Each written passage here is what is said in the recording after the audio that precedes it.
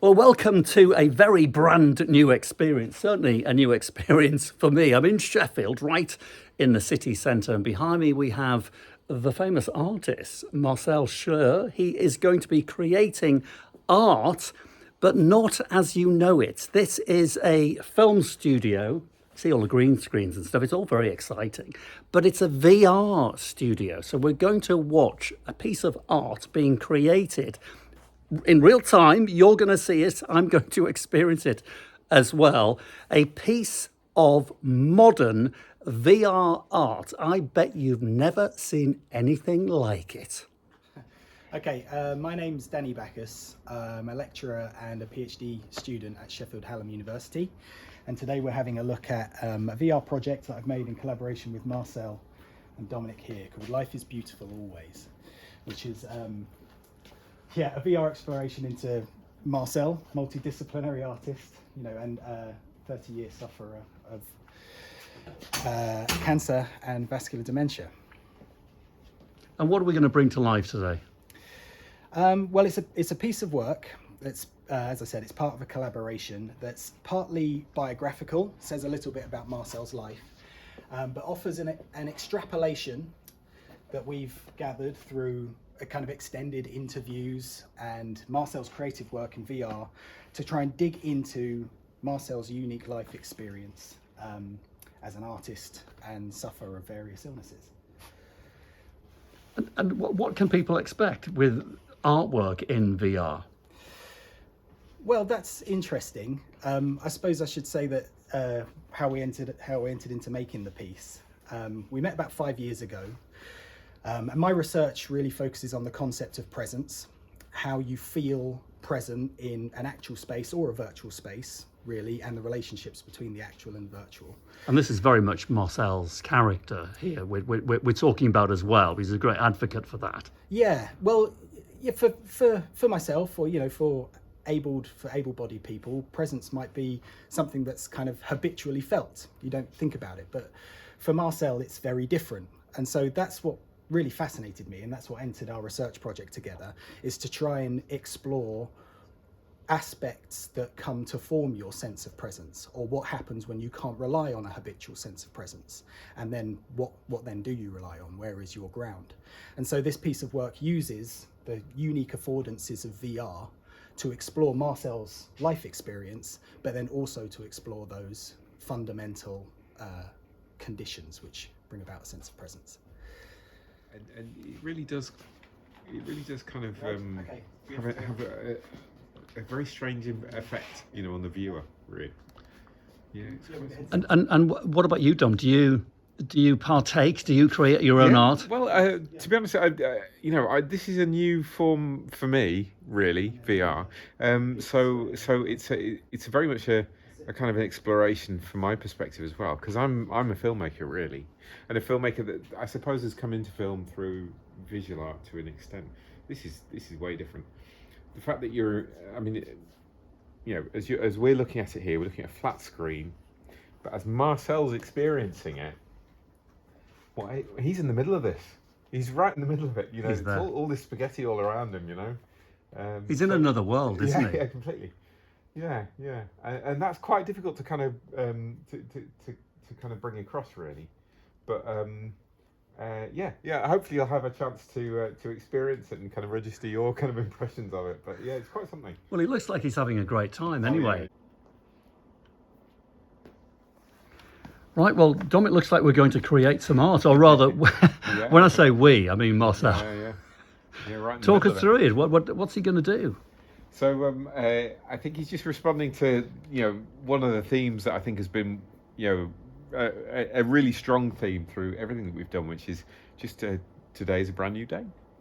And I think that is the title of the piece of art. Marcel, is that right? Yeah. And in Marcel's usual style, it'll be vibrant. It'll be energetic. Yeah. I mean, even you put quite a lot of energy in really just making these things. So three-dimensional. It's not painting on a flat surface. It's painting all around you. So yeah, it's quite. I mean, I think it's quite satisfying. It's quite satisfying, right? Yeah. Okay. Yeah. And what's your connection with Marcel? So I've known Marcel for I don't know, is it 10 years, something like that? And we met through mutual friends initially, who knew that, you know, Marcel's background in painting, and mine through film as well. So we just got on like a house on fire straight away. Yeah. Yeah. So it's just friendship, mutual friendship initially. I think we talked a lot about the possibility of doing some work together at some point, but that took a while actually. So it's been of more recent years that we've kind of found the footing for that platform for that, which is actually for both of us something a little bit different. And what about the benefits? You know, maybe Marcel as an artist. You know, what gains or just public in general? I mean, Danny, I think you were talking about VR earlier on when we were chatting, being thought of these days as more to do with gaming. So is this changing the game effectively? Yeah, I think so, and I think our experience has demonstrated that. When we first started working in VR together, I mean, Marcel went into this with no expectations of. Oh, hang on, come this way. Back into the sensors there. You're right. Yeah, with no expectations of how we might use VR or what might emerge from our work together, which really chimed with what I was thinking about with virtual reality. Yes, it is used for gaming, and it's got various platforms that it's used for, but I was interested in what is specific to the platform and how you could express through it. So Marcel's creating artwork, completely new artwork using processes that are brand new to him. And together, the three of us are kind of working out how to inhabit virtual space and how to express within virtual space. What about you, Dom? Do you find yourself in virtual space? What's it like living there? It's quite something, I tell you. It's just so different. Before I did the work with Marcel on this, I hadn't really experienced it either. So I was quite fresh to it. I remember encountering it years ago in the 90s when it was sort of still quite clunky, but very much an exciting new frontier. And there's still an element of novelty about it even now. I think it's still kind of perhaps even a little bit stigmatized by that. But you can create art. Why wouldn't you create art in it? Why not? It's perfect for it. So let's take it out of just a kind of novelty experience or a kind of well, I mean, I don't want to trivialize gaming or anything, but take it out of that kind of very contained kind of definition of what you can do with it. Now, Danny, you're not going to take any credit for this artwork, by the way. Marcel's. Quickly sign it. Marcel, seriously. Talk about inhabiting your world. And let's try doing other things with it. That's the motivation, really. And are you doing good with it, Danny? I mean, is that the idea? Is that the hope? Well, yeah, we've been very fortunate to exhibit the work that we've made together, various different contexts. Well, we were invited to the Leeds Medical Institute a couple of years ago to demonstrate the work to professionals and students and academics working in healthcare. And what they were interested in is the power of VR to present an experience which re-engages with the human that exists amongst diagnoses, treatment, operations, symptoms, and to kind of touch or resonate with the lived experience of various different conditions. So that there are medical benefits here. Is this what you're saying?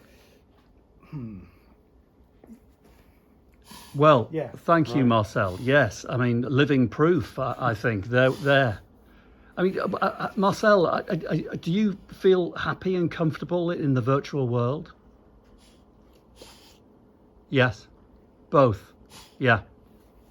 Do you get the same sense of freedom and expression doing what you're doing? Because I know you from old, and I've seen you painting at canvases and drawing in ink traditionally. Do you feel as comfortable where you are right now with that headset on? You do. More so. So you've really taken to it. Wow. That is incredible. Colours. That's you, Marcel.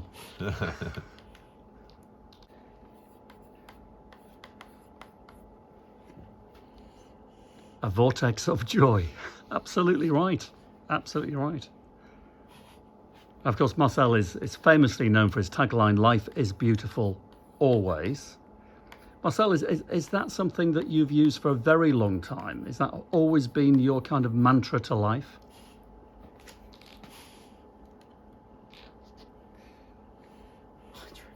I drove Danny mad. You going back in? Happy with that one? Yeah, okay. Shall we move around a little more inside it? I think the great thing about it is that you can work in pretty much infinite space. So I can get right in to the painting, or to the sculpture, I guess, and then suddenly it's overwhelming. And you get this sense of vastness, this vast space to explore. And then we pull in, or kind of pull out, and we realise we were in that little area. Which was great for us working together, because we're trying to get some insight into Marcel's life experience, and we were doing it experientially and through time and space. And so we were watching this and discovering how to express within a landscape using vertical and horizontal, and kind of structuring it that way, structuring it experientially rather than just as a film. And then enabling participants to explore that and interpret within it. And then bringing elements that it responds to them, so it's unique every time you look at it. And then it becomes not an authored experience. Okay, let's go blue. Where are you going? Let's go blue. Okay. Let's go blue. So then we're not telling the story, it's inviting people to come in and interpret within it. And it's subtly different each time it's experienced. Sorry. Yeah. Is that the right blue? I guess it is. It is now.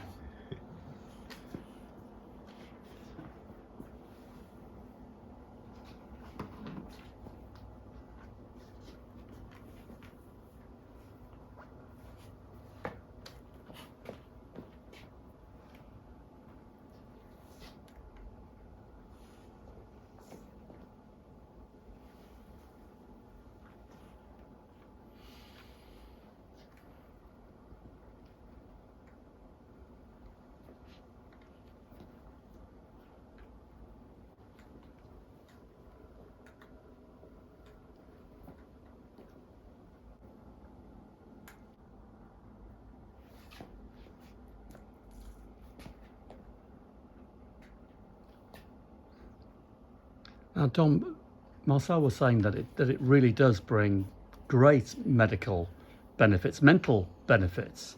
Is this something that you're going to be exploring for others? Well, I think it's yeah. I mean, it's so raw as a kind of form that we're still discovering really what you can do with it and how it affects people. So, I mean, for example, the occasion when we took this to the medical school. It was really revelatory, actually, as to what the potential was. Sometimes it can be used purely in an educational sense, and that's absolutely great, just as a kind of way of conveying information. But then there's a whole other aspect, really, that we're exploring, which is a little bit more abstracted, I suppose, from that. But yeah, that's kind of where we're going with it at the moment. Is how you can kind of create a kind of representation of something that you want someone else to have a feeling of. And that's fascinating. I mean, that's something that's different to filmmaking for me. And different to painting, slightly different, really, even to kind of walking into a gallery. Very much so. I mean, it's an out-of-body experience almost, isn't it? It's probably the closest you're ever going to get to an out-of-body experience. Yeah. Now, I know as a painter, as Marcel knows, that when you do paint, you do go somewhere else, Marcel, don't you? You go into a new world, a different world. But this is an altogether different world. Is it more profound, the experience of, than sitting in your studio? Not for you. Yeah. It's all the same. Freedom. Freedom. Yeah. Yeah. Well, that's what art is, isn't it, Danny? Freedom. It really is freedom to express.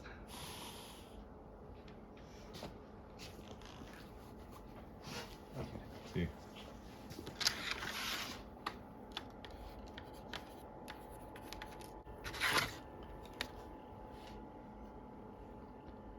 Creativity unleashed. Yeah. Marcel, do you see it as a voice for you these days? Is it a way of sending a message? Art is, of course it is, yeah. So this is just a new medium for you to send that message.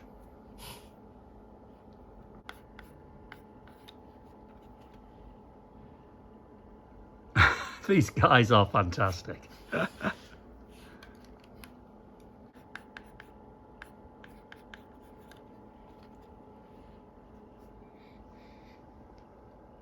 We are meant to work together. Do you see that as a fate?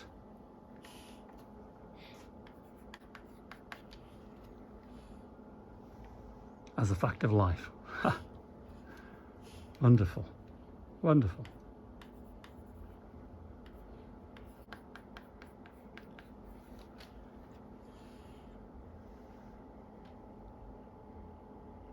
I am only complete in another. He's always very profound, isn't he, Marcel? I've got to give him that. He really is. He does make you think. When you watch him on social media, he always says something, creates something that makes you stop and think. What you reminded me of is as we started working together, we started calling it a meeting in the middle, where each of us bringing what we have to offer creatively, technologically, theoretically, I guess, to express something that's shared. And then further, in the VR work that's offered, you invite the participant in to share in that again. Because it's experiential. It's not dictated, it's not authored. Do you find, though, Dan, that everybody's experience is different when you show Marcel's work in the VR world to an audience that very often have no idea what to expect because they do think of games? Yeah. But this we're going into a very serious adult world of art and the artist's mind and how it works and how it ticks. What kind of response do you get from Joe Public? Yeah, well, yeah, I think the response we've had has been very diverse. I think to an extent, context plays a part in it, whether you're exhibiting it at a medical institute or in an art setting, there'll be slightly different context there. But fundamentally, yes, the work we've done does seem to disrupt how you would habitually think of VR. And if you go in with the expectation that it's going to be a game or that it's going to be a story that you kind of passively absorb, that's quickly undercut.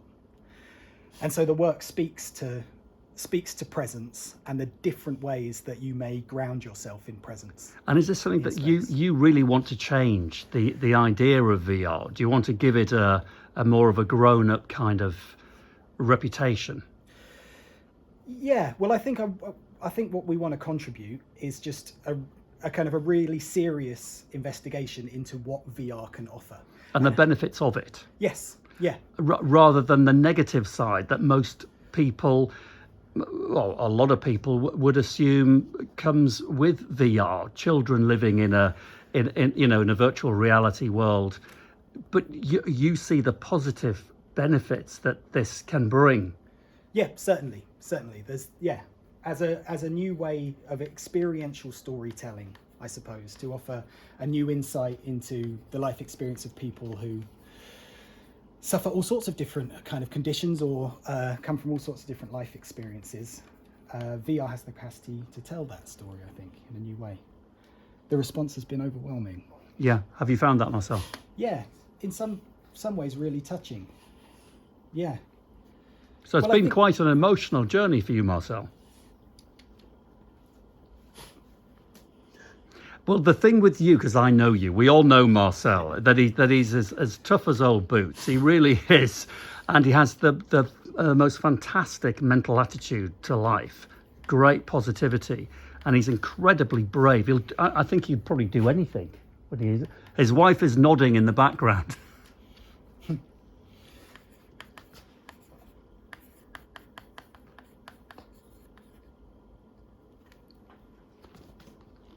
has been emotional for others.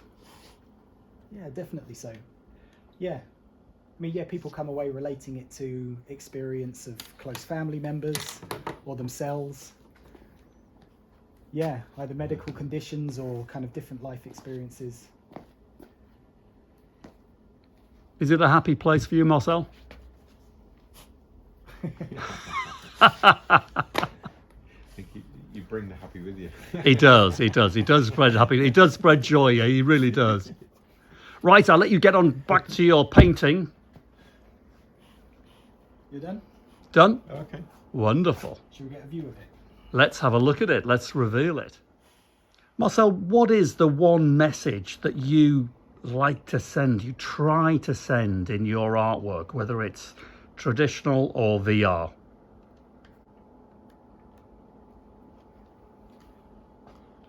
We need to live in the moment. That's your message, isn't it? And Danny, were you in the moment there? Yeah, for sure. And I think the work we've done together now offers us the opportunity, or allows others the opportunity to share in that moment with us. That very moment that Marcel, the artist, was experiencing through VR, you're saying that the public can experience that very moment. They can, yeah, there's an extrapolation of Marcel's expression of his living in the moment in the VR that participants can enter into, can interpret in a unique way. Does that encourage then people to start thinking that they too need their moments? They need to live in the here and the now, their moment. Well, I think what it has shown is that it allows people to question that, to move out of habitual structures that they recognise, take as given, take for granted, and make contact with the experience of someone who doesn't have that luxury or doesn't have the benefit of experiencing that way. And with you working in VR, has it encouraged you to live in the moment most of the time? Yeah, absolutely so. I mean, the research project, my relationship with Marcel and Dominic frequently challenges my structures. What are you saying about Marcel? We all know him. So you live in the moment. This is how you live your life? Well, I try to, certainly when I'm working with Marcel and Dom. Yeah. It's easy for me to, adhere to a theoretical structure through my research or a structure personally to live my life. But Dom and Marcel and the work we've done together has taught me that there is an outside to that. But that is something that's lived rather than known. With it comes, a sense of empathy with it as well. We relate to each other through our differences to each other and acknowledging that. We are trying to live it. Yeah. Yeah.